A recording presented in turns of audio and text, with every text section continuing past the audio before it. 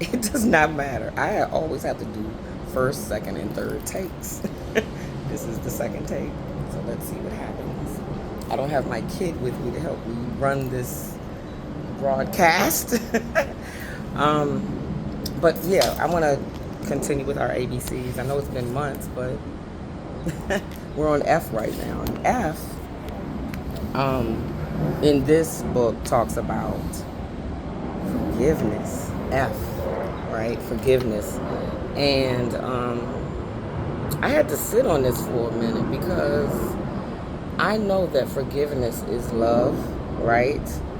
But forgiveness is not, it's love of others, but it's more love of yourself.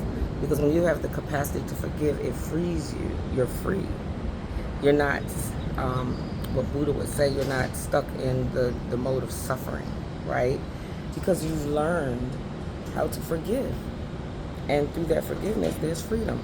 And there's choice, intention, and decisions, right?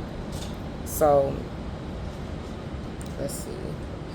How can I put this out without sounding like I'm telling all my business? But, okay, so I'll just talk about it.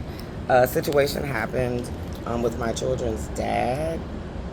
And there's like a handful of people who can really trigger me, right? He's one of them. Because we share kids. And even though we're not together anymore, I still love him as a human being, as my children's dad, right? And as someone who has shared a past experience with me that taught me so much, right, in that relationship. So my capacity to forgive the people who trigger me the most is what I think is very special about me. And the people who can trigger me most, of course, are my very close family members, right?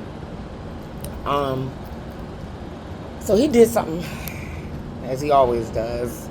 And then I felt like, oh, we can't have communication anymore. I'm going to have to block you at this point because I'm not talking to you, right? And I'm mad and I'm ranting in that moment, right? Because I'm like, oh, you just, like, I'm trying to be this and you just really piss me off, you know? And I don't know, I blocked him on my phone. And then we both share an interest in, he's Jamaican, so we both share interest in Rastafari, history, culture, and just livity, right?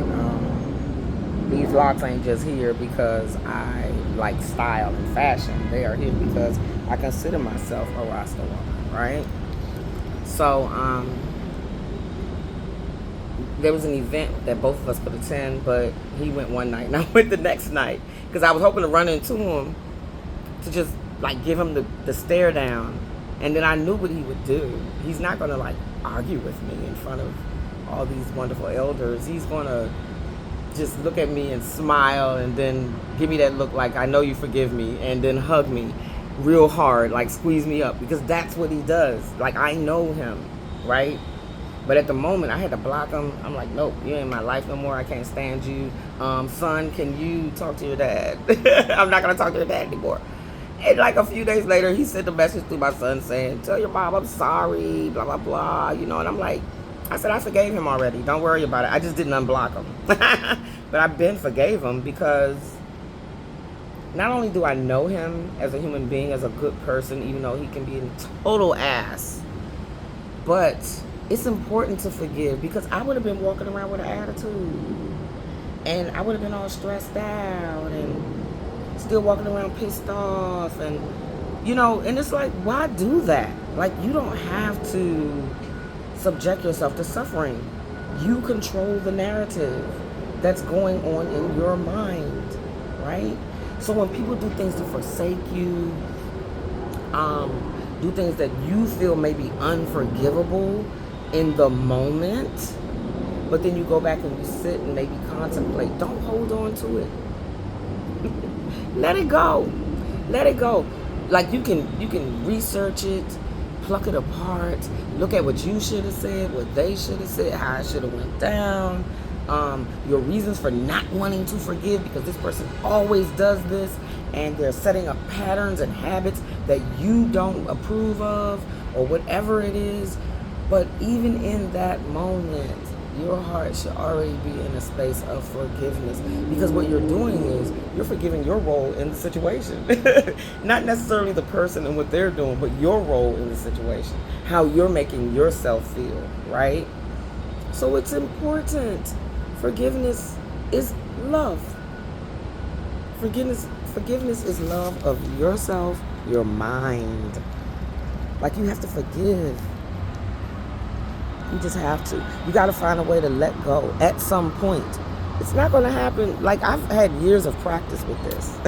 I had years of practice of forgiving people for forsaking me or tricking me or taking me down a road of distraction. And, but I allowed it. So I had to forgive me too, right?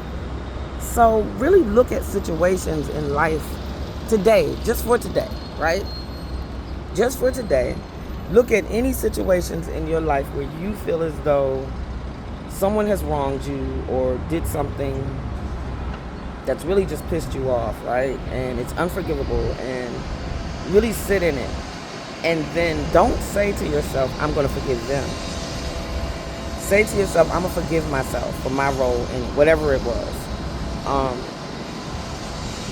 And then watch how free your heart is. I literally said, oh, this guy, like, I had a supervisor, oh my God, I hated him. And I've probably talked about him so many times on here, because he pointed in my face and cursed at me and tried to make me feel bad and less than human and all the things. And I just decided I wasn't going to forgive him, right? I decided I hated him. I wasn't going to forgive him. Like, it's just no way possible. So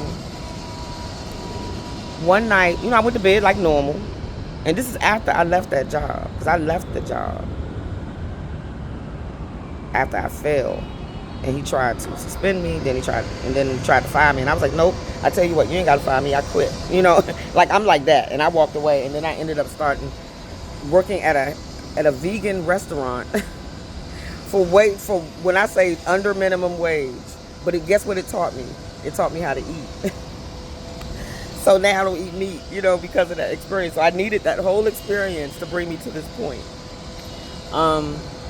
But me not forgiving him, one night, I was so satisfied with the job that I had gotten at this vegan restaurant that I went to bed happy for the first time in a very long time. And I dreamed that me and this man, I don't know where we saw each other, but our spirits met in the ethers during my dream state. And he looked at me and he was like, he never said he was sorry, but he did. I don't know, there was a type of forgiveness exchange in the dream between me and him that let me know that when I see him, if I ever see him again, because I don't know if he survived COVID, he's an old man, but if I ever see him again, my heart, it doesn't feel hitched up anymore. I don't have this angst in my heart anymore about him. He is just a lesson now. He's a lesson and a blessing for everything that I had to learn about myself in that time.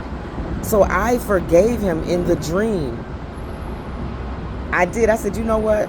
It's all good. Like, I literally remember talking to him in my dream and him talking to me. And he never said he's sorry, because he's a very proud person, very ego-filled. But he alluded to the fact that he was wrong in what he did in my dream. So our ethereal bodies met in the ethers so that I could forgive him and forgive myself, right? I think that's so important. Even if you can't tell the person that you forgive them, right? Or there's forgiveness or some type of, way of connecting, to just go back and revisit it and just say I'm sorry or whatever it is. You can do it in your dream state. You can go to bed and set an intention that I forgive this person. You can do it while you're awake, when you're meditating and praying. I forgive this person. You know what I'm saying? But most important, I forgive myself in any role that I played in it, right? So I just want you to take that with you today. I'm free. I'm free. Because anybody who has done something to offend me, or I feel offended, misused,